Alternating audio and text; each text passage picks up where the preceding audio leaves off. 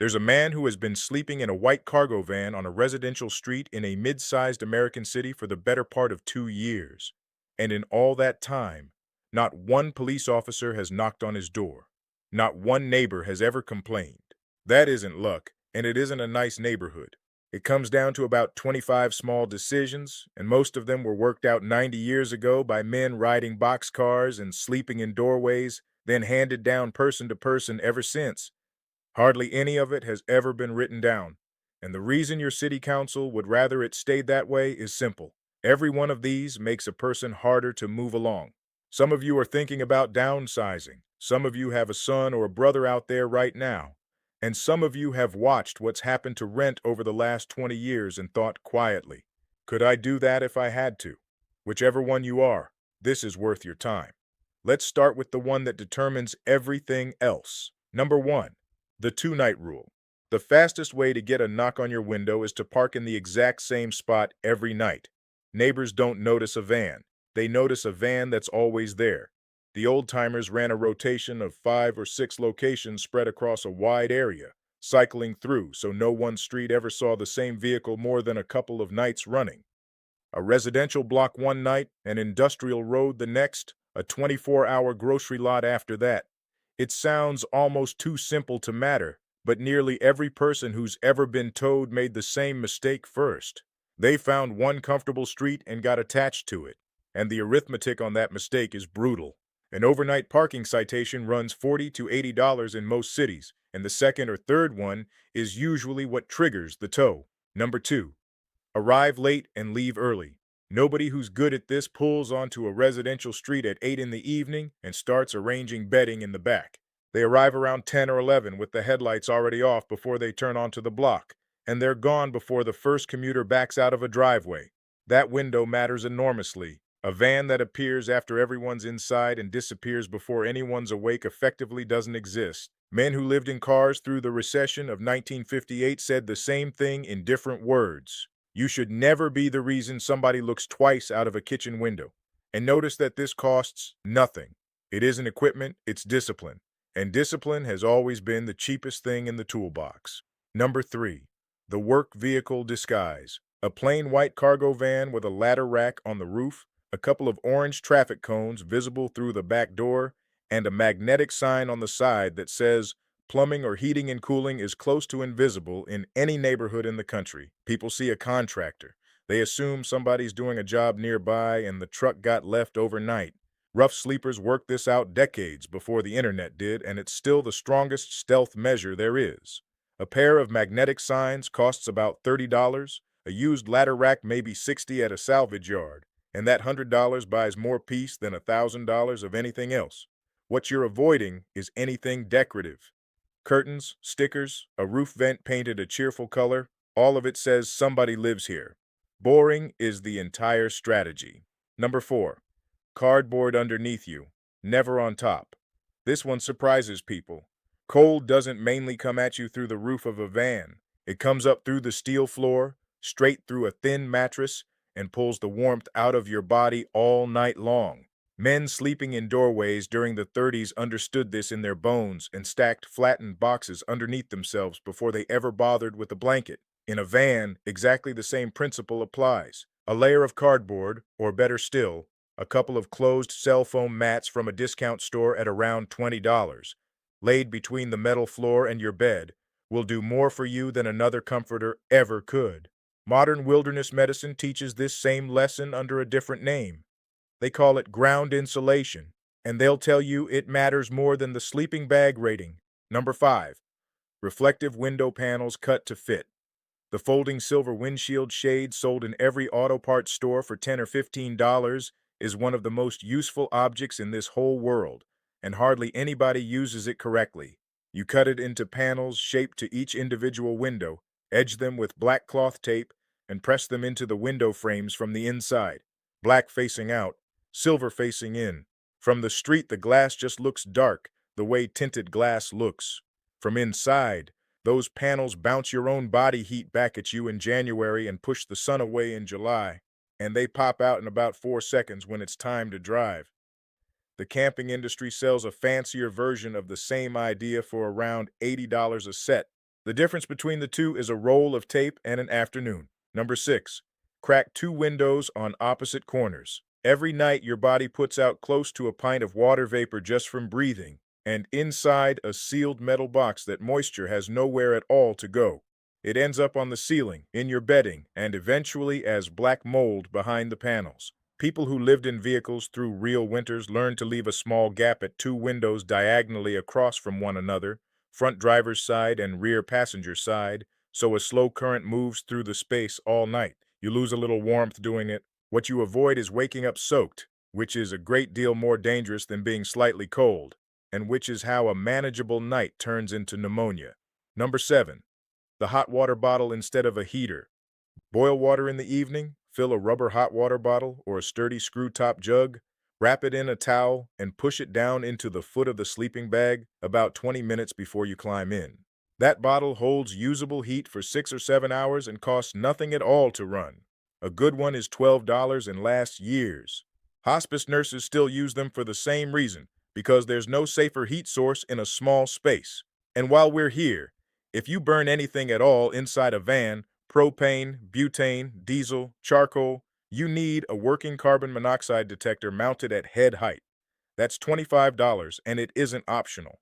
Every single winter, this kills people who were certain they had enough ventilation. Number 8. The gym membership as a bathroom. A national chain gym with 24-hour locations was probably the best thing that ever happened to people living in vehicles. Hot showers every day, clean sinks, somewhere to shave, somewhere to charge a phone, air conditioning in August and heat in February, and a locker room where nobody asks a question. That runs $10 to $25 a month. A motel room runs $80 to $140 a night. Truck stops sell a shower for $15 or $18, and the showers are often better. And the quiet option almost nobody thinks of is the municipal recreation center, where a swim pass usually includes the shower room and often costs less than the gym. Number 9. The two-bucket wash. On the days you can't get to a shower, the method that's kept working people clean for well over a century is 2 buckets and a washcloth. 1 bucket of warm soapy water, 1 of clean rinse water, and you work from the cleanest parts of your body down to the dirtiest, changing the cloth as you go. Face and neck, then arms and torso, then feet last. The whole thing uses under a gallon of water. Set a black plastic jug on the dashboard in the morning, and by evening you've got a hot solar shower for free, which is how a lot of people got through summers on the road long before anybody sold a camping shower bag for $40. Number 10. Know where free water actually is? Potable water is everywhere once you know what you're looking at, and hardly any of it costs anything. Public parks and municipal sports fields have spigots near the restrooms. Most grocery stores have a refill machine out front where 5 gallons runs about $2. Boat ramps have fish cleaning stations, campgrounds have fill stations, RV dump sites have taps, and every visitor center and interstate rest area in the country has water. Many fire stations will fill a jug if you ask like a human being. The rule that always applied, and it goes back to the wagon days, is that you fill up every time you pass water. You never wait until you need it. Number 11. Thermos cooking. This one is a piece of forgotten brilliance. You put dry rice, rolled oats, lentils, or split peas into a good vacuum thermos, pour boiling water over the top, screw the lid down, and walk away for a few hours. The residual heat cooks the food through completely. No stove, no fuel, no flame, and no cooking smell drifting out of a parked van at midnight. Fill it in the morning at a gas station coffee counter, and there's a hot meal waiting at 6 in the evening. Men working the rails were doing exactly this a century ago with tin vacuum flasks. And here's the part that should annoy you. The outdoor industry sells purpose-built thermal cookers today for $120. A $30 thermos does the same job. Number 12. The laundromat as a base of operations. A 24-hour laundromat is warm, well lit, has power outlets, has a bathroom, has a sink, and nobody questions a person sitting there for 2 hours with a book. On a night when it's 9 degrees outside and staying in the van simply isn't smart, that's somewhere to be. And a wash and dry runs $5 or $6. Hospital waiting rooms, bus stations, airport arrival halls, and public libraries have all served the same purpose for people who needed shelter and dignity at the same time. Libraries in particular offer heat, free internet, a restroom, and a chair for an entire day, And in 150 years of American public libraries, nobody working the desk has ever asked why you're there. Number 13, markdown hours and food that doesn't need a refrigerator. Every grocery store discounts its bakery, meat, and deli counters at a predictable time, usually in the last hour or two before closing, and staff will tell you exactly when if you ask politely. Those markdowns run 30 to 50% off. Beyond that, food banks in most areas have never required a permanent address and still don't. And community refrigerators have spread through a lot of cities in the last few years. Build a shelf-stable core around peanut butter, tortillas, canned fish, oats, dried beans, and hard cheese, and you can eat properly on $35 or $40 a week. Your grandmother did the same arithmetic with a bag of flour and a ham bone. Number 14. Never touch the starter battery. This is the mistake that strands people. Running lights, a fan, or a phone charger off the vehicle's own battery leaves you at 6 in the morning with a van that turns over once and then dies, in a spot where you very much did not want to attract attention. The fix hasn't changed in 50 years. A second deep cycle battery, kept separate from the starting battery by an isolator or even a simple manual switch, running everything inside the living space. A Group 24 deep cycle is $150 to $250, and an isolator is $30 to $90. Set against a tow and a jump start and a lost night, it's the best money anybody ever spends on a vehicle they sleep in. Now, I want to stop for a moment because there's a whole side of this that won't fit into a video. The specifics on where people legally park long-term, state by state. The paperwork side of setting up an address that a bank and a motor vehicle department will actually accept. A regional list of showers, water taps, and food banks. That's 30 pages of detail, and reading it out loud would take longer than everything else here put together. So I put it in writing instead. It's called the Van Life Savings Manual. It's linked in the description below, and it's built to be printed. Large type, one topic to a page, meant to live in a glove box rather than on a phone. If you're watching this on your television, there's a code on the screen right now. Point your phone camera at it and it'll take you straight there. All right, number 15. Red light only after dark. White light inside a parked van at night turns the whole vehicle into a paper lantern, visible through every gap and seam around the doors. And it's the number one thing that tells a neighbor somebody's living in there. Nearly every headlamp sold has a red mode, and a decent one is $15. Red light doesn't carry the same way, doesn't glow around the edges of a curtain, and doesn't wreck your night vision. People sleeping in cars and city parking garages were clipping red bicycle lights to the ceiling for exactly this reason back in the 70s. And whatever else you do, never turn on the dome light. Number 16. Registration, inspection, and insurance are your armor. This is the answer to the question I opened with, and it's the part that separates the people who last 10 years from the people who lose everything inside a month. In most places, an officer can't do much at all about a legally parked vehicle carrying current tags, a valid inspection, and proof of insurance, even when they're fairly sure somebody's asleep in the back. The moment any one of those three lapses, that vehicle becomes towable on the spot. And here's the math nobody puts on a sign. The tow itself runs $150 to $300, and storage at the impound lot runs another $40 to $70 every day it sits, weekends included. 2 weeks and it's gone to auction with everything you own inside it. Understand what that means. The cheapest, quietest way for a city to remove somebody is never an arrest.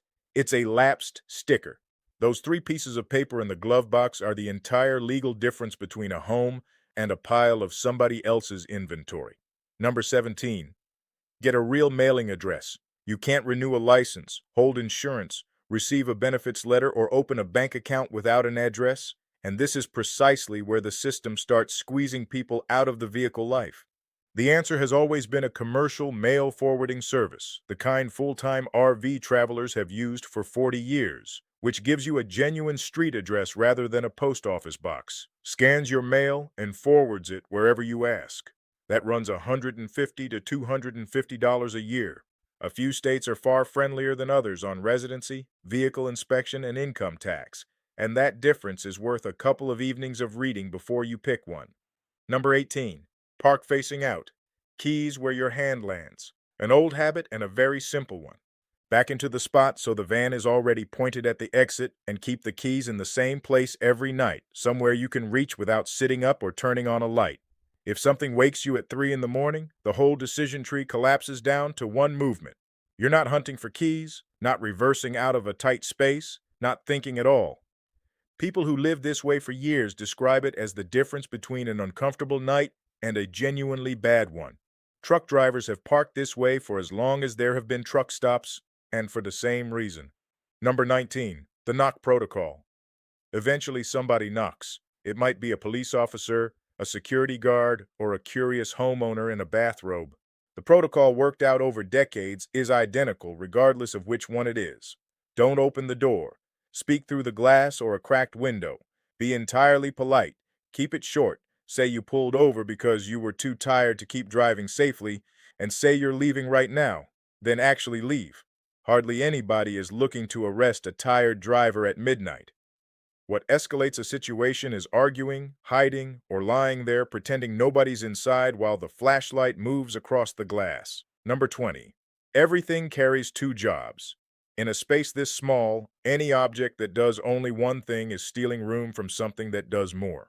A 5-gallon bucket with a lid is a seat, a wash basin, a laundry tub, a storage bin, and a toilet. A wool blanket is bedding, a curtain, a sound damper, and a windshield cover.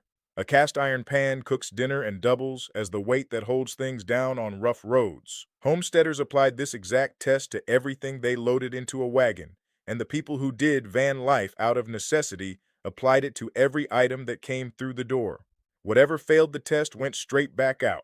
Number 21. The bucket toilet with sawdust. Nobody enjoys talking about this, and it's still the thing that stops most people from ever trying. The system that works has been around forever. A 5-gallon bucket, a snap-on toilet seat lid, and a bag of sawdust, wood pellets, coconut coir, or plain kitty litter sitting beside it. A generous scoop after every use. Kept dry and kept covered. It doesn't smell at all, which is hard to believe until you've lived with one. The whole assembly costs about $25 at a hardware store. The composting units sold to weekend campers run $900 to $1,100, and every honest review of them says the same thing. They work about as well as the bucket. Number 22. Insulate the cab because it's a hole in your wall. All that glass at the front of a van is where most of your heat escapes, and the fix is a heavy curtain hung behind the front seats, floor to ceiling, sealing the living space off from the cab entirely. Old wool blankets on a spring tension rod are enough, and that's $15 if you buy the rod new. It cuts the volume you need to heat by a third or more. It stops anybody glancing through the windshield from seeing anything at all, and it makes the space feel considerably less like sleeping in a vehicle and more like sleeping in a small room. Anybody who ever hung a blanket across a doorway to close off an unheated parlor for the winter already knows the principle. Number 23. Learn the friendliest lots in your area. Some parking isn't merely tolerated, it's expected. A lot of 24-hour supermarkets, most truck stops, casino lots, hospital visitor parking, and a number of churches running formal overnight programs all fall into that category. Ask the manager rather than assuming, because permission changes everything about how the night goes, and store policy varies location by location no matter what the corporate rule says. What almost never works is a lot with a posted no overnight parking sign, because at that point somebody has already had the argument you're about to have and they lost it. Number 24. The network is the real hack. This one matters more than the other 24 put together. Nothing in this video came out of a book. It got passed between people standing around at rest areas, sitting in laundromats, leaning on tailgates in parking lots, because the person who's been in your area 6 months knows which streets stay quiet, which officers are decent, where the water is, and which lot got a new camera last month. That information changes constantly, and no video can keep up with it. Being the sort of person others will share it with, somebody who gives back what he was given, is the most valuable thing anybody living this way ever owns. It's the same reason a tramp in 1932 would chalk a mark on a fence post for the next man coming through. Number 25. The frozen jug cooler. And I'll leave you with the one that's useful whether you ever sleep in a vehicle or not.